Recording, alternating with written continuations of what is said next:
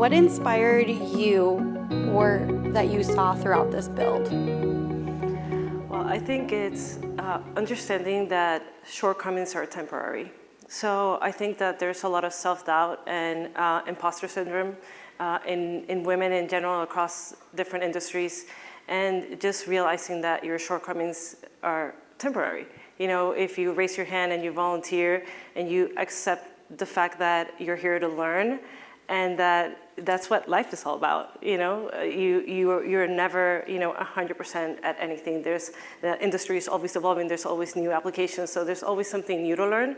So just embracing that. I think that seeing all women learning something new and being excited about really transferring that knowledge again when they get back to their homes and offices was just really exciting. Sherry, how were the women at this build able to pivot when there were challenges with installs, fitment issues? There were no even talking to me. Perfect. Oh yeah, Well, SEMA Build, everything's perfect. I know some of you know, and the first one that comes to mind is in Detroit. And we had some fitment issues, and the ladies, when we were trying to adjust things on the bumper, and we had to like pivot and fabricate. It happens all the time. And I got called away to do something else, and I come back, and these ladies are getting cardboard out, drawing things, doing all this stuff, and I'm like, dang, they know what they're doing. I don't need to help them. I don't need to coach them. And then, and this is where networking is very important, and being an Esplanade. And I'm going to keep saying this. If you talk to me or network, this is what helps later on in life, is that because of networking, we didn't have some of the tools because the Detroit garage was new and upcoming, and they're still building some of their stuff and getting their tools. And the neighboring company behind in the parking lot, I knew, and actually she was my boss when I was at Ford. And I'm like, I know where we can go get this painted and powder coated, and we can go grind this. And then I'm like, so I go over there and I'm like, hi, we're doing the build. And they knew, and I'm like, can you help us? We need a place to do this because we couldn't do it there. And we went over there, and a couple of ladies went over there, and they had a whole teaching experience and brought them under their wing and gave them that whole fabrication, painting, and grinding and experience. And it was just an awesome thing that they took away. And we did that even in California on things when we needed stuff, we would reach out to other neighboring or partners in California too. So I think everyone just got creative. It's like, what's the problem? Let's look at it. How do we do it? How do we fix? We would powwow and then figure out a game plan. So wait, you mean to tell me, ladies, that throughout this entire build, you guys didn't lose a 10-millimeter socket? Guys, take note. You want these ladies here on your build. You guys, did they read the instructions, and did anyone lose? Oh, yes, screws? they did. Oh, they did. Again, guys, these women, we want them. No, because I know you guys like to throw things away, and you guys can do it. Yeah. Hilarious. Throughout this experience, obviously you guys had a lot of different women in both places, and there were women of all skill sets. So with that, any of you can answer this question. Key highlights of some of those volunteers who were maybe a little timid and shy that didn't want to get underneath the vehicle. Yes, there was a few, and we made them face their fear. You know what? The look on their face when they faced their fear, it was just empowering. I could see it was empowering to them. And it's like, oh my gosh, I turned a wrench. Oh my gosh, they're like, we can go under this? We can go under the, I'm like, yeah, come on in. It was just amazing seeing that empowerment of them getting to just wrench on a vehicle, and they've never done it before, or whatever it was. It was just amazing to see that, be there for them for that first time. So Sara and Kathryn were both in California for part of this build.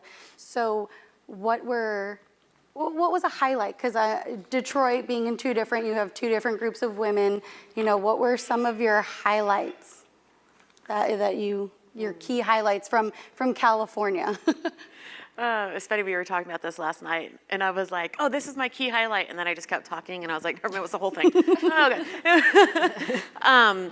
I mean, honestly, I think for me, we've been talking about this project forever. We were part of the first project and what it meant for us, and I think actually being a part of the build days and seeing it come together. And for me, 10 years ago, I knew other women were in the industry and I knew they existed, but it's like working alongside of them was completely different than working alongside, we have a shop that we have, 23 employees, and I work alongside my sister all the time, but it's different. And so I think that's the part for me is like, you get there and like they're saying, it's like you start working with people and they start jumping in and the women are just like, everyone's like, how can I help and what can I do? And they start like cleaning things and then afterwards they're just like, that was so awesome. And we all go out to dinner and they're just excited. And to me, it's like, that's what the whole thing is about, is like getting these women excited about just working with other women, being in the industry, finding, my sister always says like your tribe or like your people, right? And sometimes that's really hard for us to find, especially like we're here at the show and it's so large and it's like, where do I find my people that can relate to us? And I always say that's really important to find in your industry, because you can have mentors or people in your life that you're like, this is really hard, and they don't understand why you want to be in automotive or why you want to do this, and they're going to be like, oh, you should go do this instead, and they just don't get your passion for it. So to me, it's like finding those women that share that passion, or those men that are mentors as well, and they share those passions with you and they get just as excited about it. Or when you're going through something hard, they can be like, girl, you got this. You totally got this. Like, don't even, Kathryn's done that for me so many times. She's even brought me like gift bags. I say, you got this. So I think like that to me is like, the most special part is like seeing women like all of a sudden become like best friends through this build and like connecting with each other and just becoming like, I'm like literally like getting goosebumps right now. I'm like, because it's like all of a sudden it's like, I didn't know you before this build, and it's like, or, and I didn't know some of them. And like from the first build, those are how we met some of our best friends and some of the biggest influencers in my life. And we call them like our SEMA family now, because those are the women that we go to for everything. And just seeing that next generation of women like coming together and coming together and coming together to me is just, I don't know, it's just amazing. And that's why we do it, right? Kathryn? Yeah, I'll echo what Sara said. For me, I didn't get to participate on the Mustang build, so I felt like I missed out on this really cool girl gang that was created, and I was so jealous of that. And I thought, well, I'll just make my own.